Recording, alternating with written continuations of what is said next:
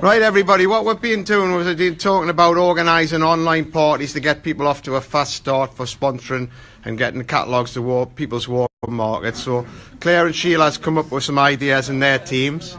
So I think Sheila's going first. Yes, looks like it. Okay.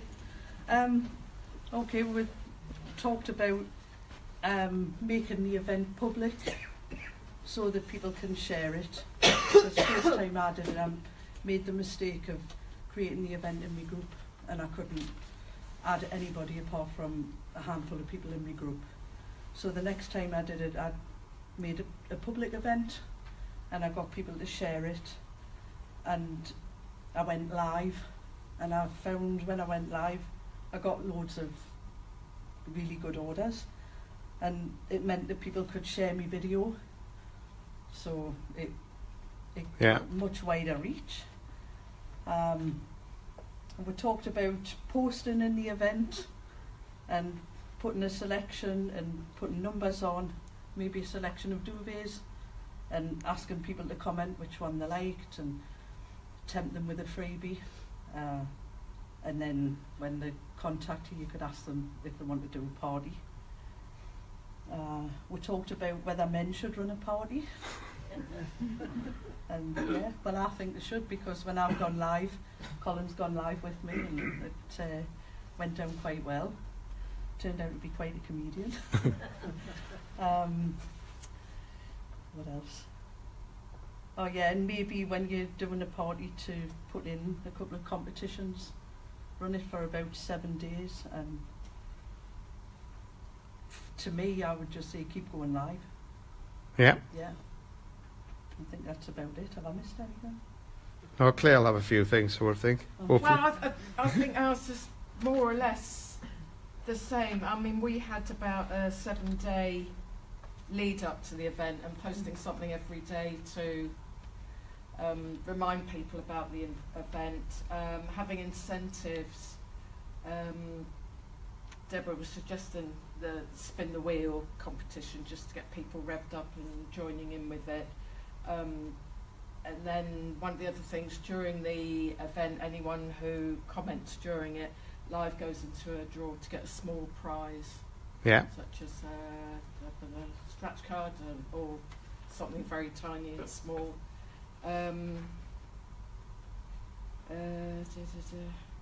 But we were stressing it's quite important to give people good incentives to join in. Did we have anything else extra? Anybody been doing anybody tried a one where they've actually getting a host to organise an event, so they're getting the catalogues a week before? I don't know if they've tried that yet. We didn't talk about that. Yeah, so that's a trick. Obviously the live ones are a little bit down the track, and a new person might want to go live on their first week in kleeneze or K-Life.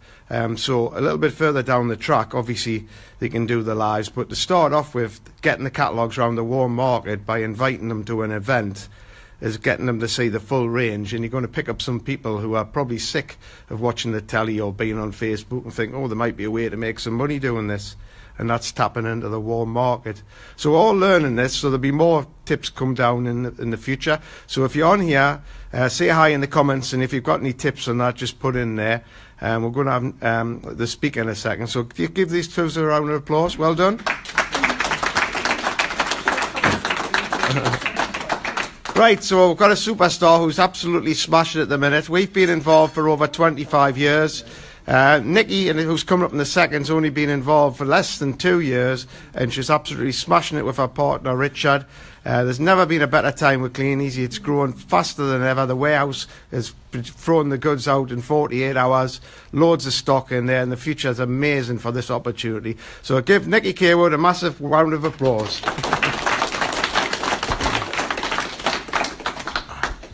Right. Can everyone hear me? Is the mic on? Yep, working. So firstly, I'm just going to tell you all a bit about our story. So before I joined, I was working as a chef, so I was working about 70 hours a week on minimum wage. I didn't really have a life, and I didn't have any confidence, no dreams or goals, and I hadn't really planned my future. You know, I was just going to work in a kitchen for the rest of my life.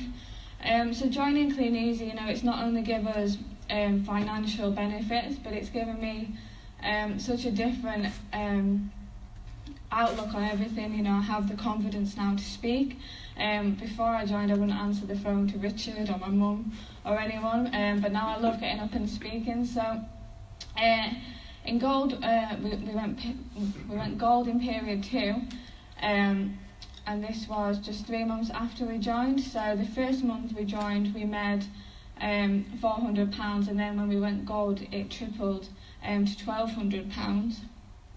And then period 12 we went senior, and we made £2,054. And I only originally joined to make £500 a month just to help out with the bills. So you could see how well it did work. And then in period 2 this year we went bronze, and we made £2,363. We also qualified for India as well, and this was the first time I'd ever been abroad. And it was absolutely amazing, you know, the treatment you get from start to finish. We also qualified for Madrid as well. Some of the other achievements, so we've won the 30-30 mini challenge. So you could either have a mini for a year or £400 a month for a year. So we took the £400. That's just finished as well. We forgot when it finished and we soon noticed.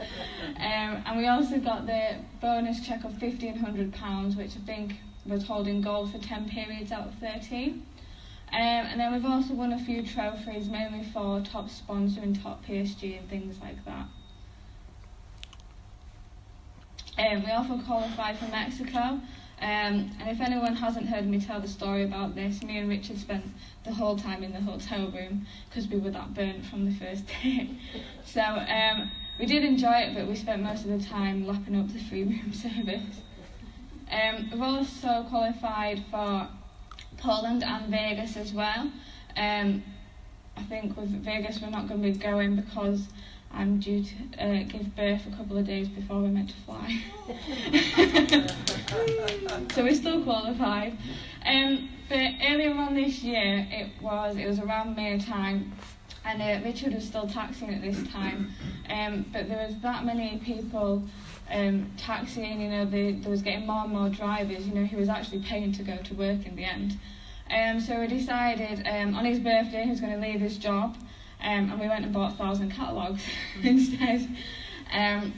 So we worked these every single day, and we managed to make £3,133 that month. And that was the highest check that we've had so far, and that was what we retailed 18%. So this is our reason why. So there's 2 now, or soon to be 2. These are a few of our goals as well. So we want to go silver and gold exec, win 2 company trophies. We want a cheque of £5,000 by Christmas, which I'm pushing with the retail this month. We really want to travel Europe, get a mortgage, have financial freedom, and the bronze incentive cheque, which I think we have 3 months longer to wait to get that, so fingers crossed. The importance of attending events for me, I went to the events really early on when I joined, and I think that is probably one of the main reasons for us being so successful. Especially when I first joined, you know, I didn't really understand network marketing, and after going to the events is when I really started to understand. So it builds the belief that you have, the connections you make, the training you receive, the atmosphere, and the leadership as well, not just from other people you see, but from yourself. So if your team see you attending events, you know they're going to come along as well. So the 10 most important factors for me in the business, I'd have burning desire, commitment, vision, having no excuses. That's the best one because I hate excuses. Worth ethic, belief, willingness to learn, time management, production focus, and attending events. So I'm just going to go through 12 things all successful people do. So success is to be measured not so much by the position that one has reached in life as by the obstacles which he has overcome. So the first one is boldly fail. So who's failed recently at something? Yeah, everyone. We all have. Failure can and will happen regardless how awesome your work ethic is. So you can work hard as you like, you know, something's going to happen. You know, whether it's we run out of main book catalogues, anything like that. So the most successful people understand the reality of failure and its importance in finding success. So while you may want to run and hide after you fail, you must learn from your mistakes to ensure you don't fail in the same way the second time around. Set goals. So those who are successful set daily achievable goals. So find success by solidifying goals that are smart. So this is smart, measurable, attainable, realistic and timely. So don't just think of long-term goals and establish small daily goals to achieve your vision more easily. So this month, one of our goals is to retail gold. So we haven't just decided we're going to retail gold, you know, we've set like a daily task of placing a certain amount of orders. So instead of just thinking, well, I need to do 9 grand straight away, you know, we have little goals each day, so we'll eventually achieve the bigger goal. Number 3, it's not always about luck. So it's all too easy to chalk up success to being in the right place at the right time. While this certainly is an element of success, you can't forget the crucial involvement of blood, sweat and tears. So you can't expect not to do anything for months and just be lucky and make loads of money, because that doesn't work. So don't hold yourself back by waiting for the perfect timing or idea. Some of the most successful people get there by hitting the ground running, even if the timing it wasn't perfect. Carefully track your progress. This is a big thing for me. So every day I'm on the easy tracker, doing all the sums 1.2. So often success comes down to keeping your eye on the prize while regularly monitoring behaviours, strategies and tactics. So you can't make adjustments if you don't know how you're doing. And be sure to hold yourself accountable by checking your progress as often as possible and getting feedback when it's due. So number 5, don't wait to act. So successful people don't always know the right answer, but they keep moving anyway. So taking action will lead to answers. So don't let obstacles stall you when you're searching for the right solution. Number 6, connect the dots. So those who are successful have the ability to see the greater picture. So look at things in the past, present and future context to receive favourable results. Number 7, harness your confidence. So you've got to truly believe in your abilities and assess yourself to gain a clear understanding of what you're able to accomplish and use this as fuel to light your own fire. Number 8, commit. So success doesn't come without effort. The most successful individuals are often the most committed to what they are working towards.